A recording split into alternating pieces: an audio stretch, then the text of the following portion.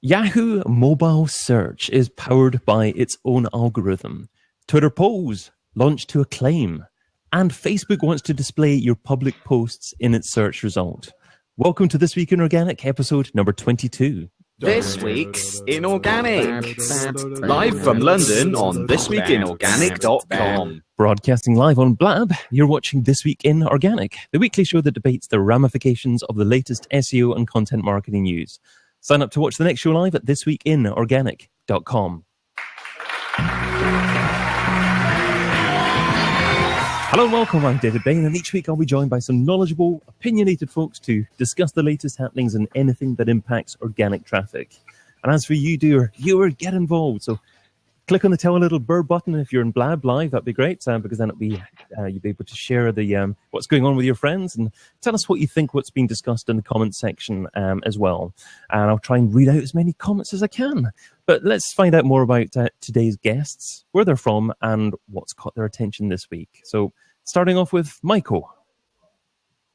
Hi, everybody. Thanks for having me, David. Thanks for joining. My name is Michael Bonfils, or Bonfils for those French speakers here. I run a company called SEM International. We do global multilingual digital marketing in over 50 countries. And one thing that actually interests me the most today is I'm a big lover and fan of attribution marketing, and I look at attributions in everything that I do. And a lot of the topics that we're going to talk about today start moving into that world of attributions, talking about some of the things that Twitter's doing, some of the things that Instagram is doing, some of these things, these new technologies and new ways of communicating are very interesting to me. I'd love to see how that's going to impact things. Can't say I've researched the heck out of them yet, but I'm excited to know about them and talk about them. Yeah, multi-touch attribution is certainly something that very much interests me as well. And it's such a developing area, and no one's got it quite right yet. But I'm sure we're on the right path to be able to do a better job with it in the future. So out of interest, Michael, do you prefer Bonfils or Bonfils, or do you just not mind? I usually say Bonfils, and there's a funny reason why, and that's because a lot of people who think that they know French come to me and say bon fils.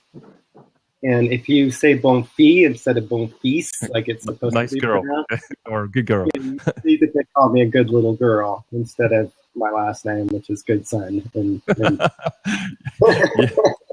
you get fed up of that after the 100th time, so you just say bon fils. Yeah.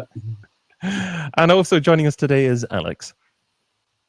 Hi, I'm Alex Tucker. I'm the head of marketing at PracticeWeb. We're an agency which helps professional service firms with all things digital. And the thing that's grabbed my attention this week is Facebook launching the search for public posts.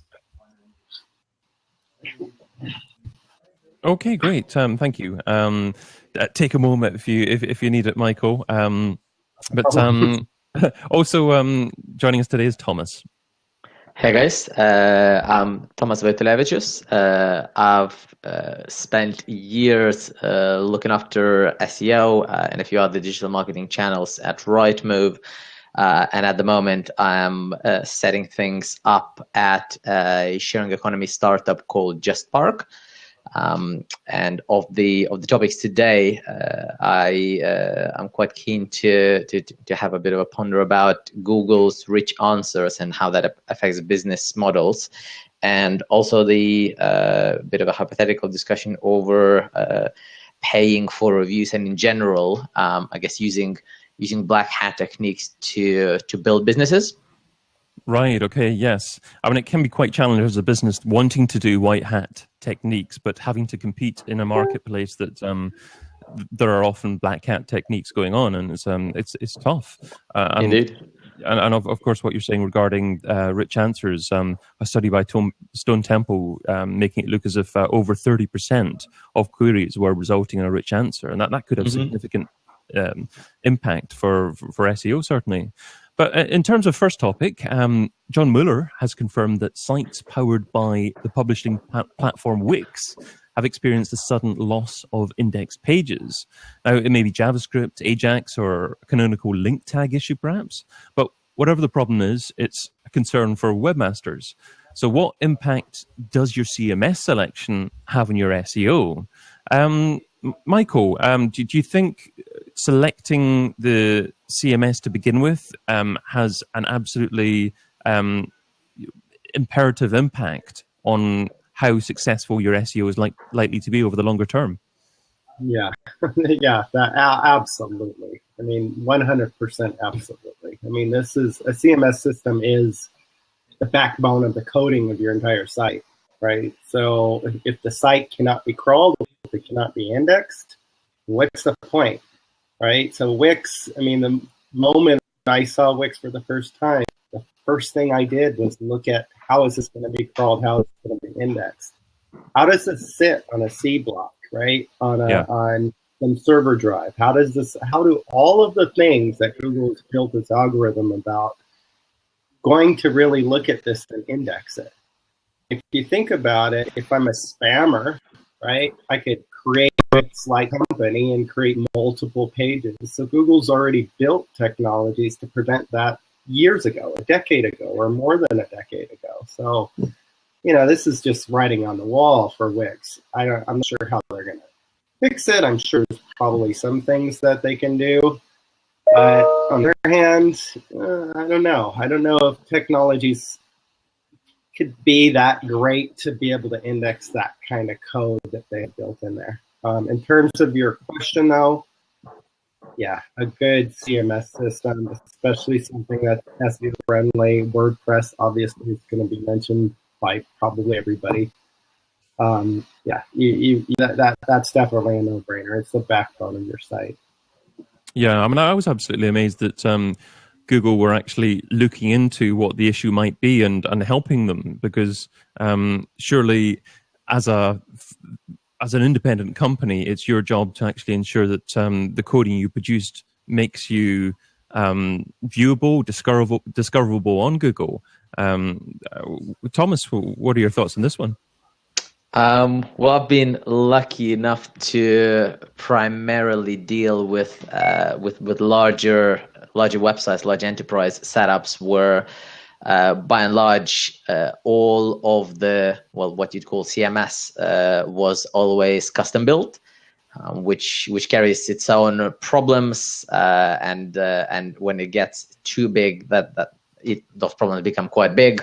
You have to deal with a problem that only developers are able to make changes to it. But at least you have no constraints over what you want it to do. Otherwise, from CMSs,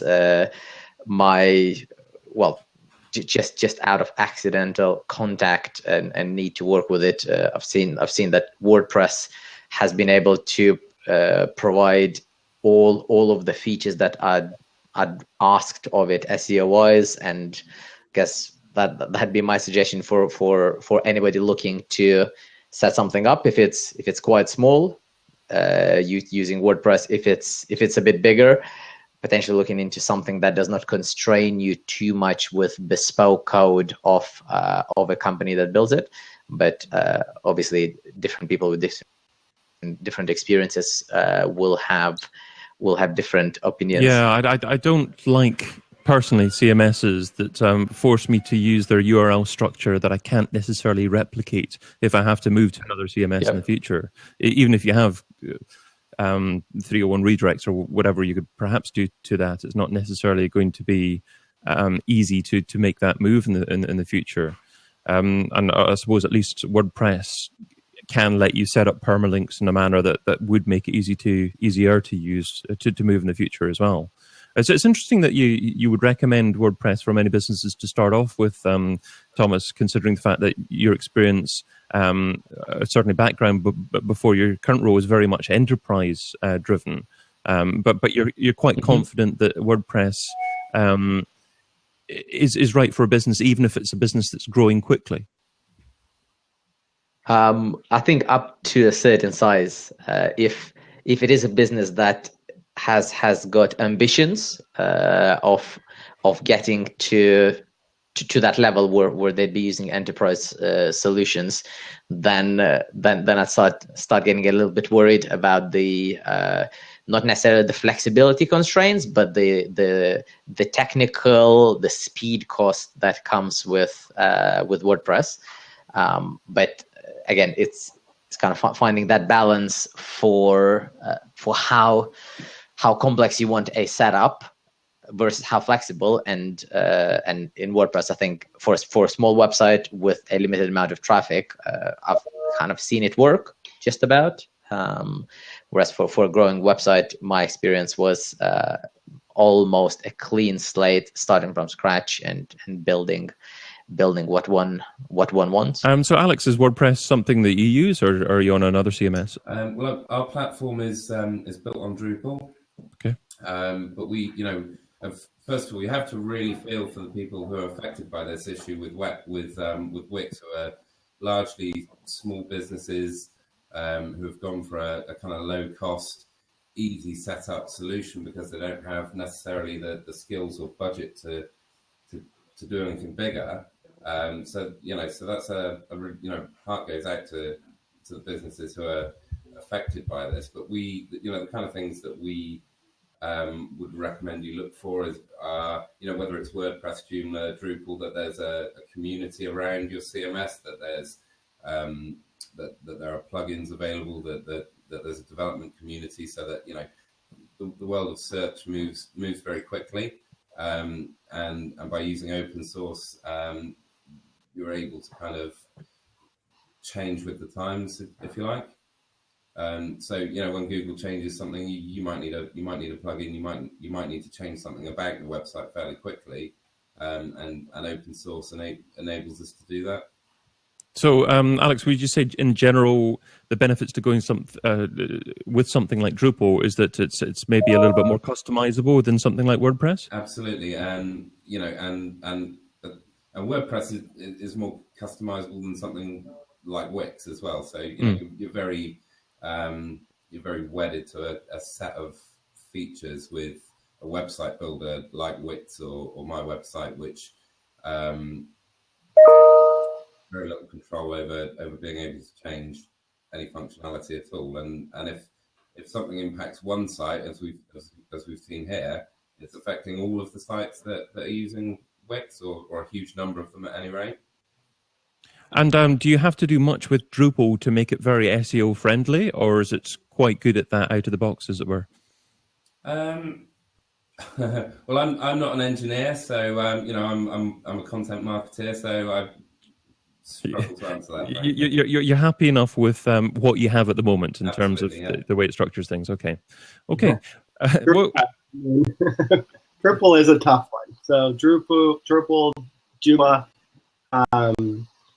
.NET Nuke, it goes back to what you were saying. When you have URL parameters that you can't customize, there are a lot of things that make it very difficult to customize on an SEO perspective. So I just want to throw my 2 cents in there. One thing that Alex brought up that's really important and about Wix. And Wix does cater to the small businesses. It does go after that group.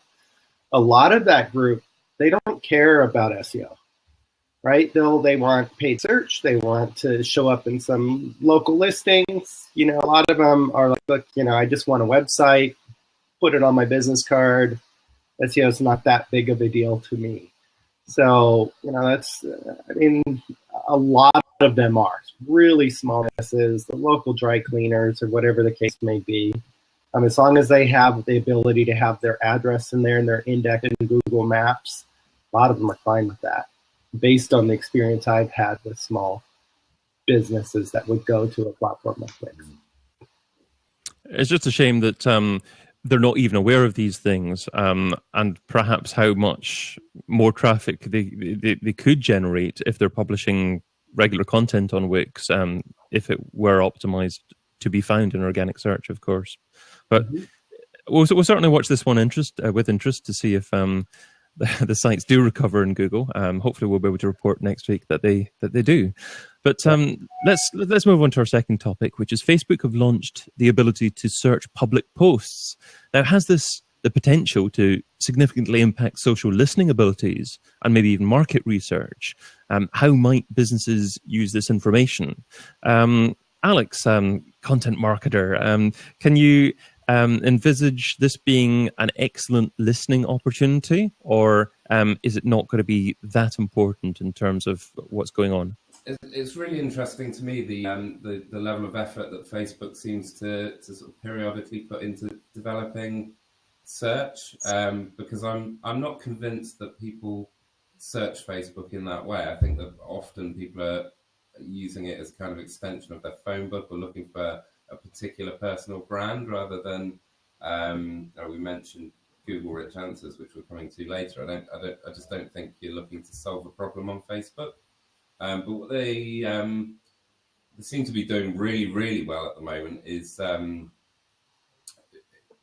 working for events. So I'm seeing in my own Facebook feed a lot more information about events that I haven't seen in the past, and what other people in my network are attending and signed up to, and that's really interesting. So any kind of brands who are running events of any kind would benefit from at least kind of having a strategy for Facebook.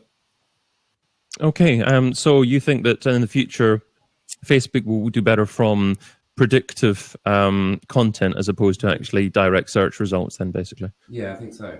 Yeah. Thomas, do you think that Facebook is doing the right thing, pushing a lot of effort into Facebook search, and what could they want by moving into this? Well, I guess for Facebook, I've personally gone through the cycle of getting excited about it, doing all of the Facebook things, and by now I'm bored. I don't really go there. So I guess they've got the challenge of trying to find new use cases which would keep all of their user base hooked in, rather than the small pot which can never have enough of what their friends are doing. But with the search for public posts, I think they might be building up for a bit of an outcry that might happen at some point, when like happened a few times before over the privacy settings, where if people don't think about what they're doing, I think at the moment they would just kind of assume that most of what you do on Facebook is private to your circle. So what might happen is that there'll be a bit of a backlash, and then most of the people who used to use Facebook in a bit of a me to my friends fashion will just disable all of the public access, and we'll end up with a very small pot of users who kind of didn't figure it out and are keeping their private thoughts available to the public. We've got in the chat, we've got SM Online Class saying graph search used to be detailed, but it's down to almost nothing now. And Andy Halliday saying that Facebook is just trying to keep more people on Facebook to sell more ads. Michael, what do you think the intent is behind Facebook wanting to introduce more search functionality? Is it added user interaction facilities, or is it simply just to drive more information for marketers in the future? That's a great question. We'll break it down to some of the pluses. One thing, of course, is the ability for better research, like you alluded to earlier, right? So as a marketer, I could get better listening by having more public knowledge of what people are saying. So I don't know if you follow me on Facebook, but yesterday I had a big rant about Airbnb. Actually, I would love for Airbnb to jump in there, because now I've got a bunch of SEOs all like, okay, this is a big problem with Airbnb, let's try it. I would love to see Airbnb jump in there and get beat up by us SEOs. I'd love to. So, but that's a good point too, because Thomas alluded to that.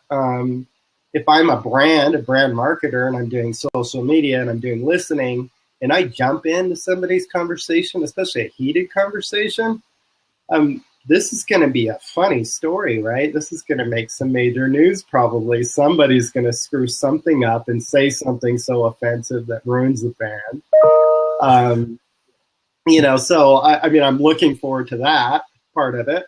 The other thing is, I also agree with Thomas. It's way too intrusive. You know, if brands, you know, I'm not too worried about brands jumping in. I'm more worried about a bunch of fivers jumping in on behalf of the brand to annoy the heck out of everybody having a conversation. And that's what I'm worried about with this. And if that happens, like Thomas said, I'm going private on Facebook and blocking off the public, you know, ability. So, you know, there is that risk. I'm a little annoyed with it, and I think that's what's going to ultimately happen. But we'll see, you know. Market research, though, definitely. So, Thomas, do you think that it's ever a good idea for brands to jump into conversations that happen as Facebook posts, or is that always going to just disintegrate into problems, perhaps, for the brand in the future? I'd say, as Michael was talking about, it depends on the tone. If you can see that a user is making a public statement, and Twitter is a great example. I hope most people, well, definitely not all, but most people should understand that everything on Twitter is public, and a decent portion of users that contribute to Twitter do treat it that way. Do treat it as streaming out into the wild, and everybody's happy to receive feedback or comments or get into discussions with unknowns or the entities that you're referring to. On Twitter, the things that I would say, if I would reference a brand, I would probably reference it with the intention of the brand seeing it, whether they respond or not. On Facebook, well, now that I know that they might be reading it, fair enough, I might adjust to that. But prior to this, and what most people will be in the place of not knowing that this is going on, I would be talking about brands kind of behind closed doors with my friends, and I wouldn't really appreciate them stepping in. Well, we've got lots going on in terms of SEO and content marketing news this week. So just moving on to the next topic, which is, according to a new study published by Stone Temple, rich answers are on the rise. They found that rich answers accounted for about 22% of search results back in December 2014, and it went up to 31% in July this year, so 2015. So is Google turning into an answer engine, like lots of apps and perhaps Facebook is trying to do as well? And how indeed will this impact SEO as well? Michael, have you got concerns about the future of SEO because of Google just providing the answer to everything rather than actually delivering search results? You know, this is something that is bound to happen, and it's bound to happen because of mobile, in my opinion. So you've got Siri, right? This is where I think it stems from the quick answers. Is you've got Siri, of course, on Apple. You've got Android's version of asking a question and then responding with an answer. So there's this opportunity that Google has by developing an answer, right? A verbal answer to a text command. Everything is going mobile. And one thing that's very, probably the biggest growth that people don't really talk about, and I definitely think it impacts SEO, is the response that mobile gives verbally without any advertiser or without any URL or without any kind of data that we can learn from it. So if I ask Google the question, your first question on CMS systems, what's the best CMS system for SEO? In my phone, and I get a response from Google saying, okay, WordPress is probably number 1, and number 2 is XXXX. You know, I wonder, how do we as marketers, how do we involve ourselves in that, or can we? Because if I'm Apple, I don't want any of my users to be bothered by advertising messages when they talk to Siri, right? So there's this kind of in the future, I think there's probably going to be some impact here when it comes to knowledge-based response systems that are going to respond via mobile. And this right here is just the start of it. So we've got Alex and Thomas that both work in-house. So, I mean, Alex, have you done any work to try and actually appear as a direct answer for a query, or is that not something on your radar at the moment? I'd say it's on our radar. Have we cracked it, or would we know how to? Not especially. I absolutely agree that this is kind of very much about voice, and that Google's so user focused. And when I see the way my kids search, it's almost 100% mobile and 100% voice. Right. So it's something we need to do. We need to have an eye on, and I think for me it's about knowing your client persona, knowing what problems your clients and customers are trying to solve, having the right content in the right places that answers that. But as an organisation, we're not there yet. We wouldn't quite know exactly what it is that we need to do to appear as a direct answer in Google. Okay, Andy Halliday in the chat. He jumped on last minute actually when I guess wasn't available, and he was also on the panel at Brighton SEO Live TWIO there, and he's saying that wouldn't say we've cracked it, but we do appear in quite a few of our targeted keywords. So I'm showing off there in the chats for that's eBuyer there. So Thomas, would you agree that it's moving towards voice search, and that's becoming very, very important in the future? And if so, how do you optimize towards that? Well, it is moving towards, well, I wouldn't say it's moving towards voice search. I would say voice search as an option hasn't been available previously because decoding the query used to be complicated, and then having the right answer and then speaking it out in understandable voice was problematic. Now those technical challenges are kind of becoming smaller, and all of the big companies have got the option of answering a concrete question that can be answered with a factual answer. And from my side, and luckily enough, neither the companies that I worked for nor at JustPark, we weren't providing factual answers to concrete questions. I think in that situation, if somebody is asking, and the example of Michael about what is the best CRM system, I think that's kind of bordering a non-concrete answer with a non-concrete question with a non-factual answer. But anything simpler than that, from my side as a user, I would like Google to tell me the right answer, and off I go. But when I'm asking, let's say, a question, what is the best CRM, or anything more complicated, I don't think Google will be in a place to answer it because a lot of it is just not a straightforward answer that can be spoken out by Siri. So my take, and this is what we're thinking about when we're building our product here and previously at Rightmove, is what are we adding to the internet that cannot just be optimized by Google? Because as a user, I want the immediate answer from Google for anything that's a fact. I think as a company, what we can add is long form or in-depth answers to questions that cannot be answered in a sentence. And both Rightmove and JustPark, the primary product was functionality. Search listings that are not available anywhere else on the web. I think that is what we do as far as trying to get that into rich answers.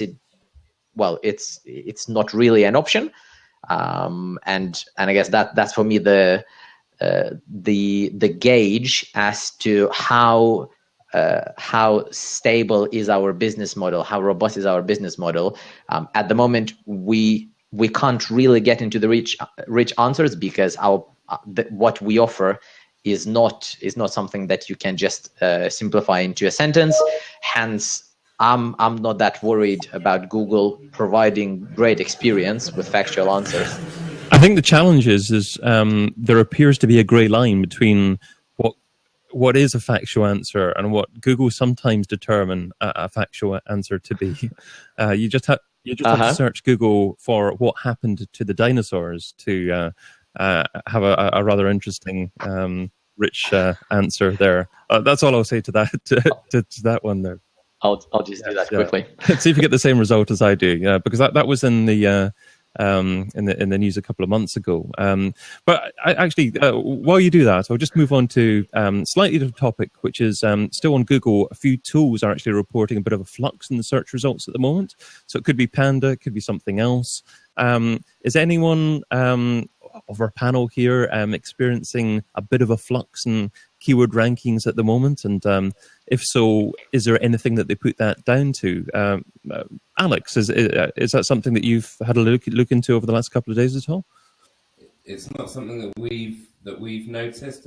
I'll be honest, we don't monitor keyword for our own site. We don't monitor keyword rankings all that closely, but we do for our clients, and we've not noticed a particular change this week.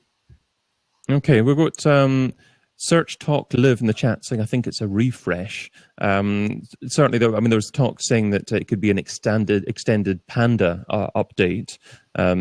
Michael, have you got any thoughts on that at all? Google did announce that they're slowly rolling out their algorithm updates, so it's not one day of massacre. It's kind of every other day or something like that. Yeah. A little bit. That's what I've seen in terms of problems with clients that have dropped. What I've seen lately, where the issue is around thin content. So content being an issue, so that's not really. I think that's more of a Penguin thing, but it's both Penguin and Panda. In the new version of Panda, all of these new algorithm updates are the ones that are affecting everything.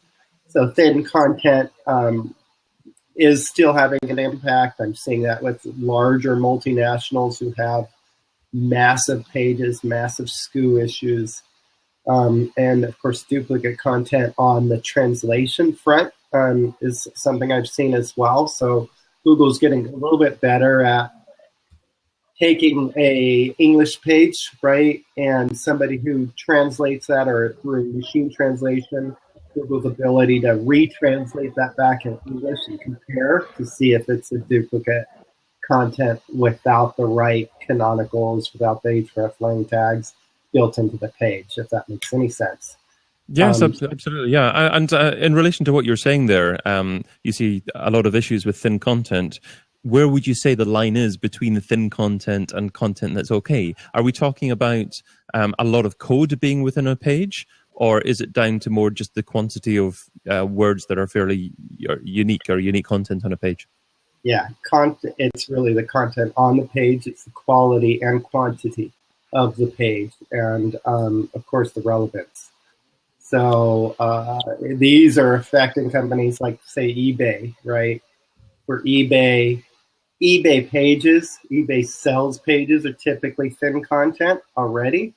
And on one hand, on the other hand, they're duplicate content because eBay provides its resellers with the exact same piece of content for those who don't know how to put anything more than thin content in it. So it's a double whammy for something like eBay, but this just rolls out across a multitude of different companies that do similar things, but not externally. They do it internally because you've got one department copying the other department content, and it's all thin content, and nobody's really doing much about increasing that. And okay. I think it's a good thing on Google's behalf, because as a user, as a search user, I really don't want to click on a page that it has hardly anything on it. It's a useless thing for me. It's a useless result. So as a user, it's good. As a search marketer or as somebody who has massive sites, it's probably frustrating, right? Yeah, absolutely. I mean, certainly if they change the way they rank things too abruptly and don't give you an opportunity as a business to change the way you do things, then that's very frustrating. Mm-hmm. Thomas, did you decide what happened to the dinosaurs? Yes, I saw. I guess a great example of a process of getting towards a place where Google figures out the line of what's a fact and what isn't. But all the same, I think as a user in that example, I would probably like to know that this is not an answer. This is not a factual answer, but in many other cases, it just simplifies the world for everyone. Yeah, it almost reminds me of a Hollywood movie, making a movie of something and not necessarily including a completely factually correct movie if it's based on history. But a lot of people, perhaps if they don't read up on the subject matter beforehand, believing that everything in the movie is true. And yeah. Okay, and shall we just move on to the next subject? Actually, we'll talk a little bit about mobile rankings, because Yahoo did a bit of a made a bit of an announcement, really, in saying that they have their own mobile algorithm. A lot of people are thinking that Yahoo's just powered by Bing and they don't really do any algorithm nowadays, but saying quite openly, no, we have our own algorithm. We're focusing on mobile and moving towards really actually providing different results in mobile for our users. That's something that we're looking at here at Analytics SEO. We're providing different mobile tracking solutions. So maybe as a business in general, Michael, do you think it's important to actually keep a track on how you're performing in mobile and desktop for keyword phrases at the same time? Or is that something that's only going to be relevant for certain types of businesses? Yeah, of course. Mobile, yeah. I mean, everybody knows this because we've been talking about it for years. But mobile, especially this year, mobile traffic has really surpassed desktop traffic. So we as a business, we have a whole different plan for mobile, right? You've got responsive sites, you've got different analytics, you've got different ways of driving people to mobile apps. The whole agenda for a company via mobile is different, right, than desktop. So what we do is we separate the whole entire campaigns between desktop and mobile when it comes to clients. That's for the, that's the first part of my answer to your question. So with that said, when it comes to Yahoo, or even when it comes to Google specifically, when we monitor mobile search results, we're being completely separately, right? We have probably a thinner base of keywords. We also look at analytics, we look at drive, we look at the value of paid. Because as you probably know, that if you look at a high term or non-brand terms within Google and mobile, the page is almost dominated by paid search on mobile. So after that, of course, there's the organic piece, which is getting pushed further and further down the line. So, for us, we're looking at it very differently. Yahoo making this move is probably a signal saying that, hey, not only are we to make this move on mobile, but eventually we're either going to have our own search engine or our own search technology and no longer partner with these guys, or they're going to partner with somebody somehow and have a different engine. This has been the same thing how it's been for Japan for years, Yahoo Japan, right? So Yahoo Japan is powered by Google, I believe, right? So the organic results powered by Google, but they have their own type of algorithm when it comes to so many other ways. So I think it's best in Yahoo's interest to build their own search engine or go back to the old days of saying, hey, we're separate. We have our own engine. We have our own way of looking at things. We have a little bit more control of our destiny than partnering with somebody to allow for that. So Alex is looking at mobile results compared with desktop something that's absolutely imperative for a business like Practice Web, or is it not quite so important for what you're doing? We tend to think more about someone's experience on mobile. And mobile is important to us, but we kind of think about where our prospects and clients are going to be in the kind of consideration cycle when they arrive on a mobile. So in the case of our clients, often that's somebody just looking for contact details. So we make sure that content's working really well, and that users are able to achieve what they're there to do when they arrive on a site using mobile. So we definitely, mobile is incredibly important for us, but we're again not quite so focused on keyword rankings for mobile so much as making sure that we're achieving an objective there.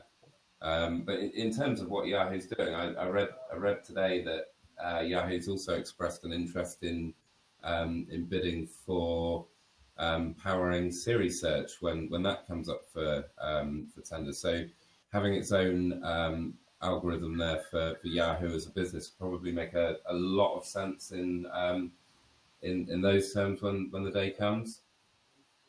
And what about you, Thomas? For Just Park's business, is mobile rankings and looking at that as something distinct, something that's integral to what you do as well?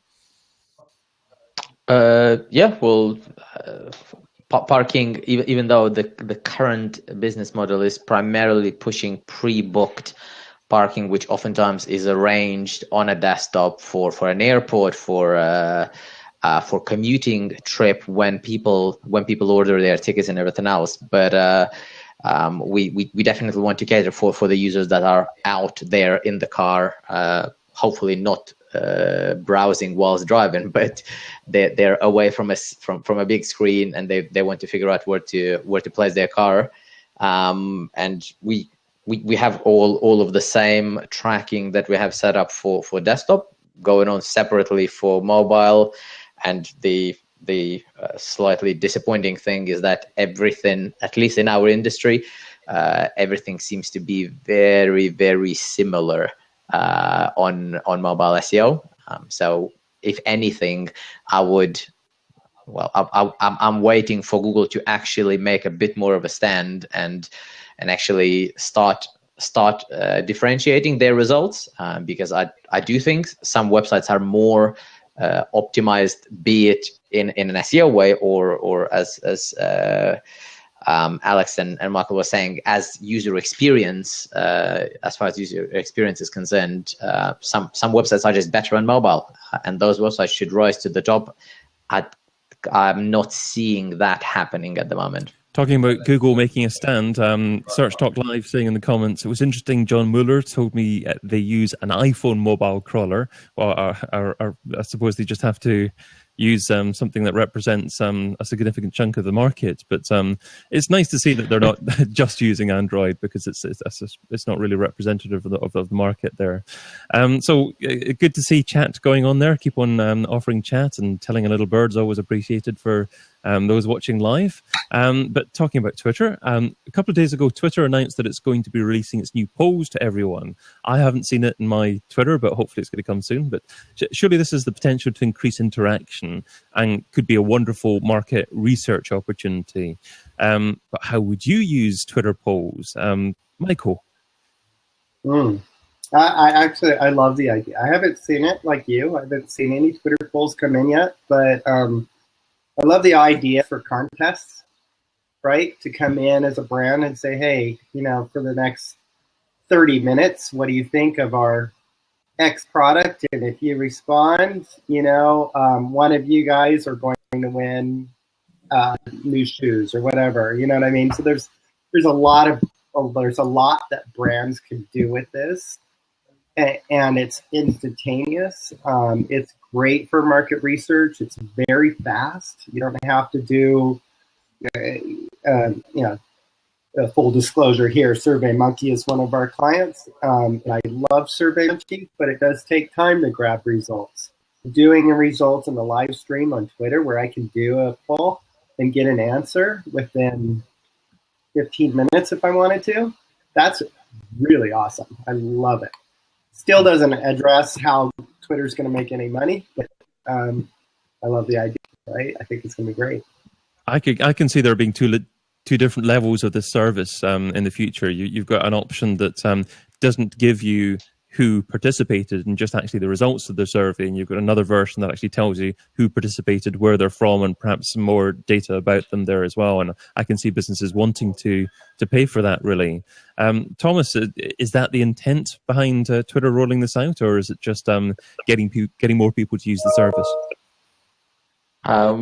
Probably both. I guess as a business, they need to find stronger ways of monetizing all of the activity that they have going, and yeah, from our side as a business, potentially using the polls, it's good. It'll be interesting to see how easy it is to encourage users to share the polls, and whether just contributing to one, you might get some visibility within their follower base, but depends on how that side is implemented and how easily people share on the polls that they contribute to. It's just great for building engagement. For the crowdsourcing of research, I think if we will not know who is responding to it, or if the handling of the respondee list is kind of not there, then I think we will probably keep on using the more flexible, or the more configurable ways of getting answers to important business questions, but it might be used for some light-hearted crowdsourcing of questions that be made into blog posts, or just some action on the wall. So, Thomas, do you think you might be willing to pay for additional information, like the users and what their background is, and what likely segment they actually sit in terms of audience? Yeah, that would start making it into a bit more reliable way of crowdsourcing those answers. And Alex, is this something that would be useful to your business as well? Yeah, I think potentially it's a really good could be a really good source of quick, snappy insights. It could help us with testing content in various ways. It could help us with just being more fun and engaging as well. I think it's got the potential to be quite entertaining.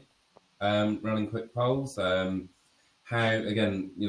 How easy it is to encourage people to take part. I guess we'll see when we get access to it, but I've not seen anything in Twitter yet.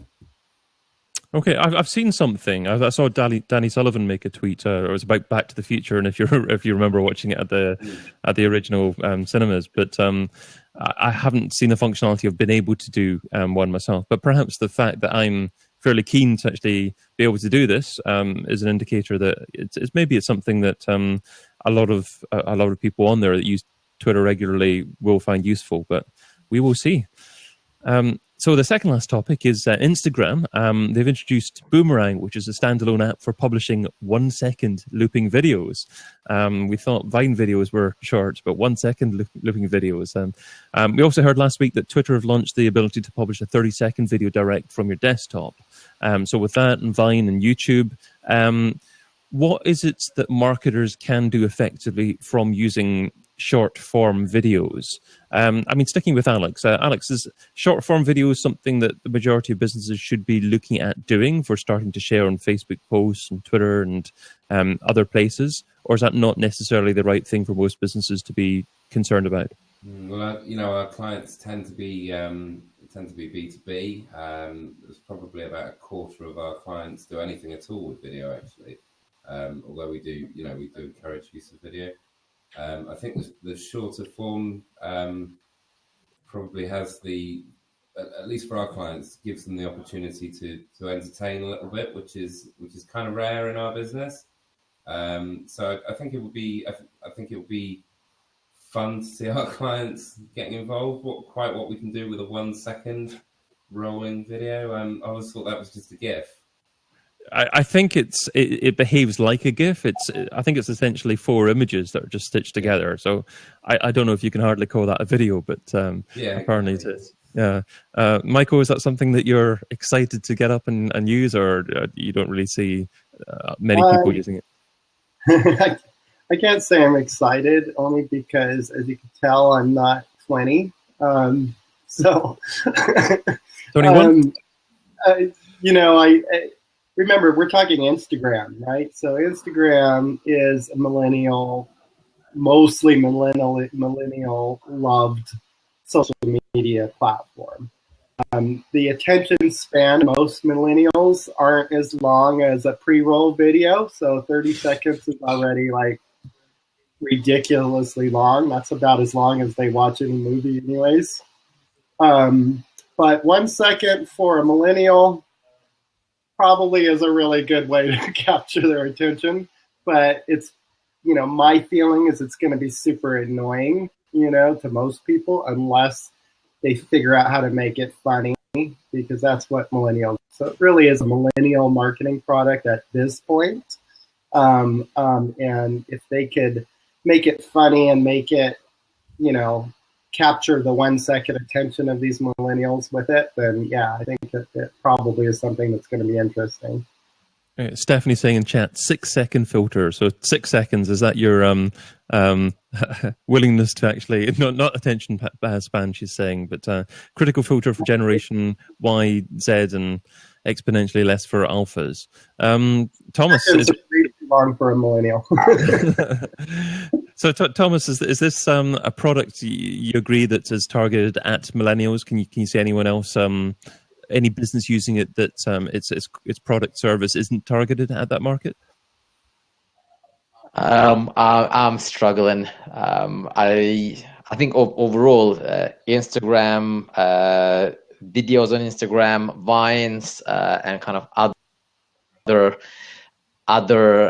channels like that within our industry, where we are trying to get in front of drivers in urban locations who have a parking problem.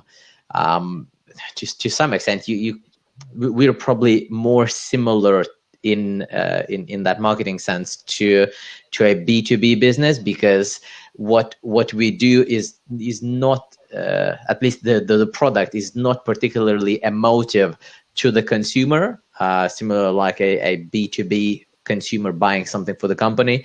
And I guess on the side, it's great to have this fun aspect of the company and entertain our. We've got a little bit of a struggle with your audio, I'm afraid, Thomas. Too tied back. Sorry. That's okay. You're sounding as if you're on Mars a little bit there. Maybe if you actually refresh your screen and rejoin us, that might fix it there. So, but we certainly got the gist of what you're saying there, that it's not something that majority of businesses should be focusing on at the moment, perhaps if it's your target market. But it's probably a good example of a marketing opportunity that is a sit and wait one. See what other businesses actually do with it, whether or not it is something that can be useful to integrate into your mix, but isn't in that 20% of things that it's going to impact 80% of what you do. But let's just move on to our last topic here, which is Amazon is suing over 1,000 Fiverr users for offering to write fake product reviews. But is it easy to spot a fake review from a real review? Why doesn't Amazon just make it possible for people who just bought their product to write a review and not actually anyone else apart from that? Or maybe that's going to impact the quantity of people making reviews. So fake product reviews, Michael, is that something that should be a concern for Amazon, or should they be suing people? Should they just be trying to deal with it within their algorithm in terms of the number of people, the type of people that are actually able to write reviews? Yeah, I mean, absolutely, they should be dealing with it. For one, me as a digital guy, I look at reviews with a grain of salt, anyways.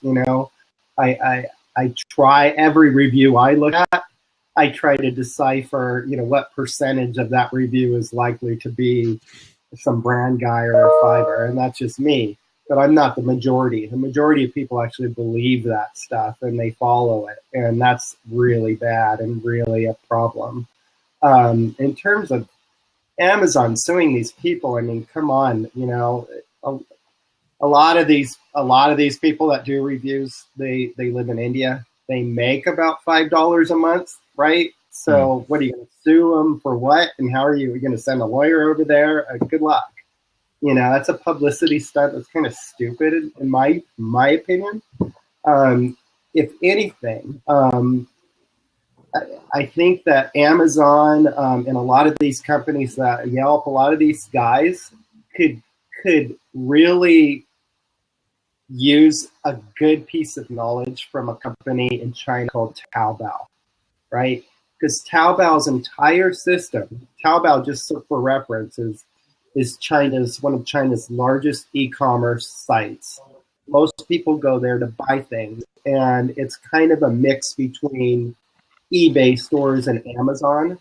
But the ranking engine within Taobao is built around user reviews, but they're qualified user reviews. So the users themselves could be scrutinized, right? So there's a tie between the user who's making the review, the product that is proven that they purchased it, and they're providing a real review. And that's what they put, and that's the ranking engine.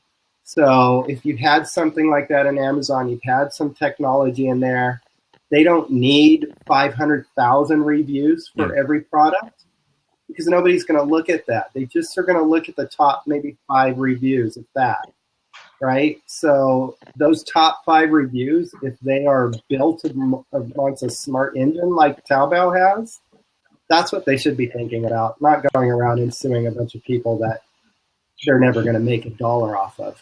Absolutely. I mean, when you said people are just looking for top reviews, I completely agree with that. And you don't read every review; you're just looking for the most authoritative ones. So, perhaps it suited Amazon to begin with, to demonstrate that they were successful by getting hundreds, if not thousands, of reviews for individual products. But perhaps now is the right time to actually focus on quality rather than quantity. Thomas, hopefully you can hear me well, and we'll be able to hear you well now as well. Do you think paying for reviews has worked for businesses as a marketing tactic, however unfortunate that is? And if so, is now the time to actually stop doing that kind of thing? Can yes, you hear absolutely. me? And I can hear you. So that's a good start. Yes, I think, well, paying for reviews, I don't think I've had enough visibility on companies that have built themselves up with paid reviews to get that boost at the beginning, and then ended up actually contributing to the internet or to the economy.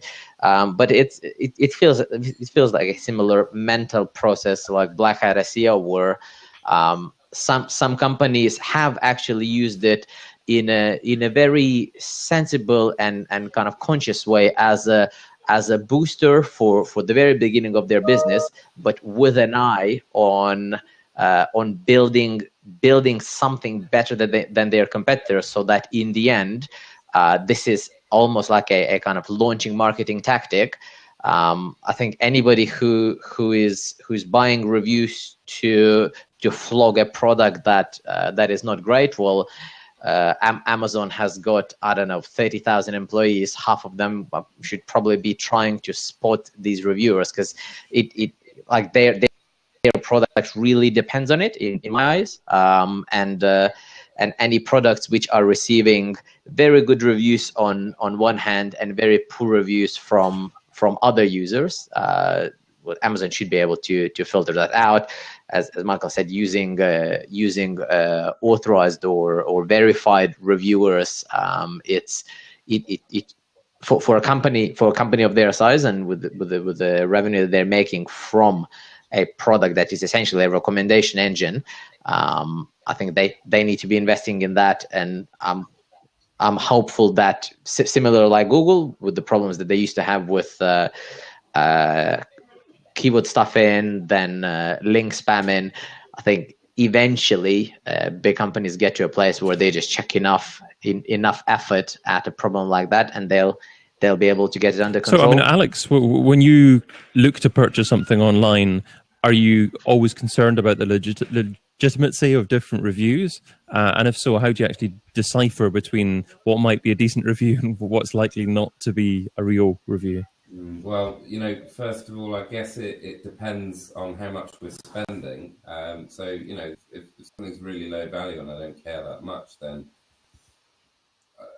I don't need to see a review for it. So the more important and the more expensive something is, the more likely it is that we're going to research and look at different places to buy that product or service. And in that case, having some social proof becomes more important.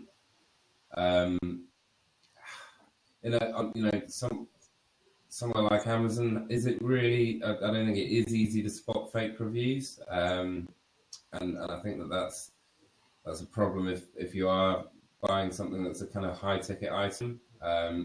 If a DVD's got good reviews and I don't like it, that's no big deal. Even in the case of our clients where they're marketing business relationships that are worth thousands and sometimes tens of thousands of pounds a year, there's still an element of social proof, and we would always, certainly talking to our clients, we would always say that absolutely you have to be genuine about social proof, because people, the more the buyer is going to analyze that information, so the more they're going to look into reviews or other social proof that's available. It's difficult to answer how easy it is to spot, but I would always say that it's just so important to be genuine, and if you're a business thinking about buying reviews, just don't do it.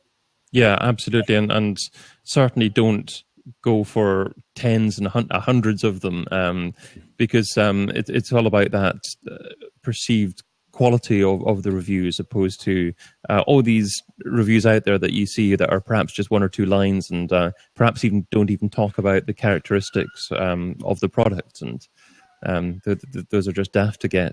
Yeah. But I reckon it's a subject that we could talk about for an hour, like every subject that we're talking about probably today. But that just about takes us to the end of this week's show. So just time for a single takeaway and some sharing of find out more details from our guests. So starting off with Michael. A single takeaway. Okay. To pay attention, like I mentioned earlier, thin content. That's a big impact. People aren't really looking at their content and the size of the content and the value of content. So, one thing that was discussed a lot about at Pecan a couple of weeks ago was Google not giving as much relevancy to links and content out there that are linking to your site, but they're looking at content within your site and valuing that as a very important factor. So this is nothing new when it comes to old school, but it does kind of reframe your mind a little bit to really think that, content does matter on my site, and how I put it and how I develop it on my site for every page, not just a blog post, is going to matter, and it's going to make an impact. So you have to look at a combination between quantity of unique content, but also user experience, what a user does actually on that page as well. Right. Okay, right. Great. And in terms of reaching out to you, Michael Bonfils, obviously, where's the best place that people can get a hold of you? Yeah. Well, Twitter at Michael Bonfils, or you could email me mbonfils@seminternational.com. So if you have any questions about international, feel free to ping me. And thank you again for having me. I really appreciate it. Just a couple hours ago, I don't know if you can see this picture, but that's me with 50 tubes and wires in my face. That was 1 hour before this show, so I'm glad I got to make it. But I apologize for looking not as nice as Alex and Thomas and you. So thank you again for having me on. Oh, you look fine, and I'm just glad you didn't keel over as part of this. And thank you so much for yeah, that was coming. Kind of a bad thing, right? And for our audio-only listeners, that's why you actually have to watch the live show. You have to see pictures of Michael with 50 tubes in his head. Yeah. Well, yeah. Thanks again for joining us, and also joining us today was Thomas. Yep. My takeaway is if you're getting worried about Google's rich answers, have a look at what percentage of your search traffic is being delivered, and at the same time, your whole company's traffic is delivered through keywords that could be eligible for Google's rich answer, that kind of knowledge box. And if it's a large percentage, instead of worrying how to get into that box, worry about what's going to happen when Google is just not going to be quoting anybody and will be just answering those questions flat out, and have a think about what else you can add to the internet so that Google is not in a place to just disintermediate you. Right. Okay. So don't just track how your keywords are performing in terms of number in the SERP. Actually have a look at the search engine results as well, see what's happening and learn from that. And especially thinking about the keywords that are potentially answerable with Google's answer box. Got you. And where can people get a hold of you? @marketing on Twitter, and I've got quite a unique name and surname mix, so you can pick me up on LinkedIn. I check it every now and then if you've got any questions. Lovely. And also Alex. Okay, so well, as a team, we're already kind of talking quite a bit about how we might use Twitter polls. So kind of really excited to see that come along. Kind of trying to get a plan together for that. And I think I really should go away and see what we can squeeze into a 1-second video as well. You've got 4 frames. Yeah. And it's at Tucker A on Twitter, or alex.tucker@practiceweb.co.uk. And I'm David Bain, Head of Growth at Analytics SEO, the agency and enterprise SEO platform with big insight. Sign up for a free demo of our platform at analyticsseo.com. And you can also find me interviewing online marketing gurus over at digitalmarketingradio.com. Now, if you're watching this show as a recording, remember to watch the next show live. I can't promise you we'll have Michael on again, but you might see pictures of someone else. So head over to thisweekinorganic.com to be part of the next live audience. But for those of you watching live, you can catch up with previous episodes at thisweekinorganic.com/iTunes if you've got an iPhone. But until we see you again, have a fantabulous weekend, and thank you all for joining us. Adios, and thank you, Michael. Thank you, Alex. Thank you, Thomas. Thank you, guys.